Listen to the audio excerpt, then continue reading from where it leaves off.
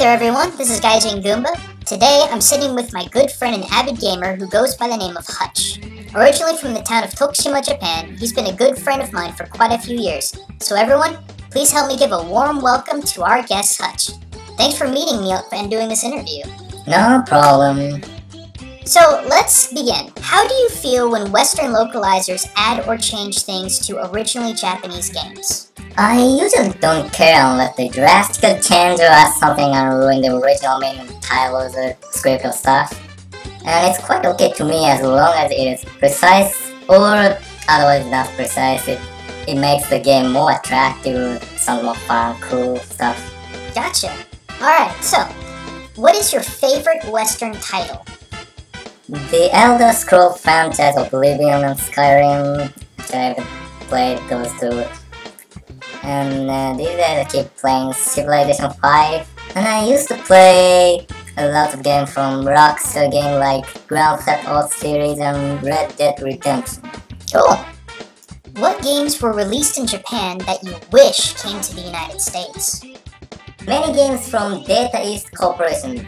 Particularly, I want more people to play Metal Max franchise. I think I want to talk more about this particular company sometimes I get a chance. What was your most nostalgic memory from gaming in your childhood? It's been some 10 years. It's probably The Legend of Zelda Majora's Mask. Many of my friends and I were playing the game, and almost every day we see each other at school. We used to share the information which we individually gained through gameplay, and discuss things like what to do next or how should I get this item. Then as every one of us got home, we do a new trial and error based on sharing information and discussion. In a sense, the game worked as an intermediate of both social life, so you could call it pretty much like social game. That's pretty cool. Did you spend more time on home consoles or the arcades in Japan? Actually, I have rarely gone to arcades. Japanese arcade game community is somewhat closed and often tend to be unwelcoming to newcomers. So unless you're a heavy gamer who is totally interested in fighting game or some sort of music game, particularly I think fighting games community is one of the most strict one, by the way. It would seem pretty tough to enter the communities. You know, I find that to be very interesting because I think the perception of Western gamers is that arcades in Japan are the last haven for good social gaming and what we think of as arcades. But that's interesting. At least I wouldn't call it pretty social. Yeah. Okay, this is an interesting question. What is your opinion of Galgun? In fact, maybe it sounds strange, but I'm rather glad to hear someone still trying to make an authentic and straightforward bakage, or you'd call it crazy game nowadays. Despite the long history of bakage in Japan, I see less bakage these days, so I think I will introduce some bakages if I have some chance in the future. You know, if you ever get a chance to play it, there's a new game called, oh gosh, what was it? Lollipop Chainsaw. Totally crazy, but totally worth it. Okay, next question. What sort of WRPGs are you a fan of? I'm a fan of the Elder Scrolls franchise. Started playing Oblivion first and played as much as I actually broke my old laptop by playing the game. Western RPG has become well known among gameplay in Japan. I think it's around 2007-2006 when the Oblivion was released. See, that's really interesting. I think the stereotypical answer would be something along the lines of either Dragon Quest or Final Fantasy, but it's refreshing, in my opinion, to hear that there's so much popularity of I guess, Western RPGs. And you said that you broke your laptop trying to run Oblivion. That's crazy. So, okay, next one. Do you have a favorite game that goes unappreciated in the public? Breath of Fire franchise and Mega Man Dash, both from Capcom. I just don't know why they got stopped developing Mega Man Dash 3. Yeah, and it seems like Capcom's just trying to get rid of Mega Man in general, which is pretty unfortunate. Okay, Okay, next question. What is the general view of American games in Japan?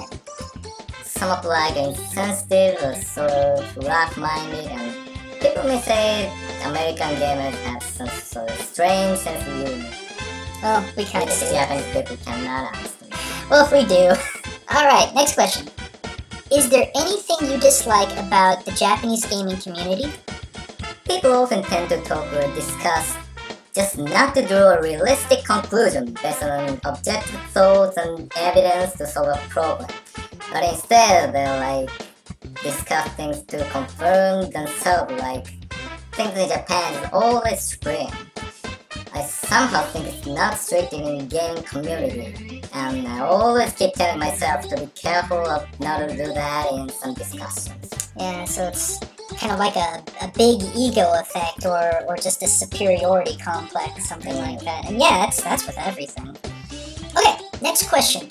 Do you think there is a decline in game design in Japan, or is this more of the West making this a bigger deal than it really is? It's becoming a huge controversy in Japanese gaming community too these days. As exaggerated I think it might be to some extent, but I think there's something like you could call decline.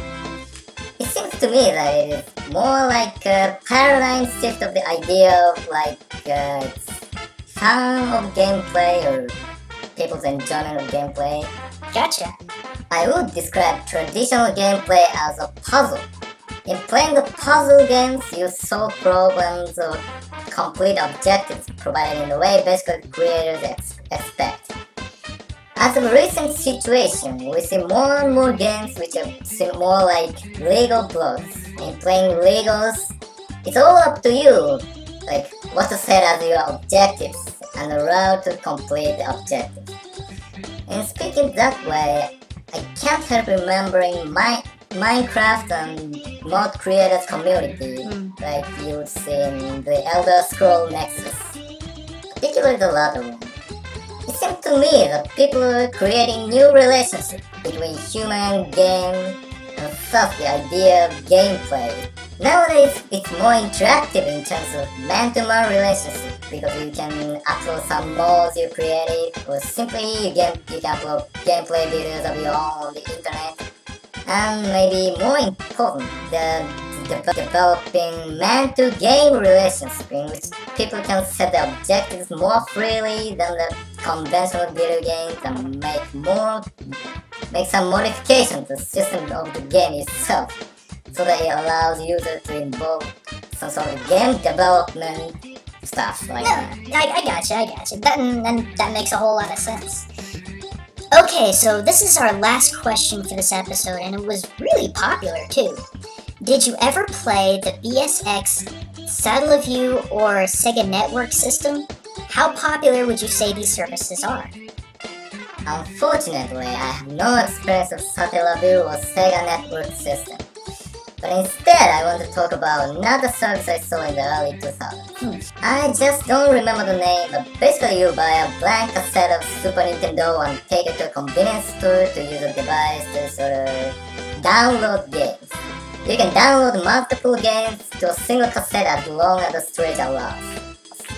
When you have multiple games in a single cassette, you pick one of them when you turn on Super Nintendos. I remember playing Mega Man X with this device. See, no, that's crazy. That's like just like DLC and games you buy online, just way ahead of its time. Though they didn't turn download at that time. Right.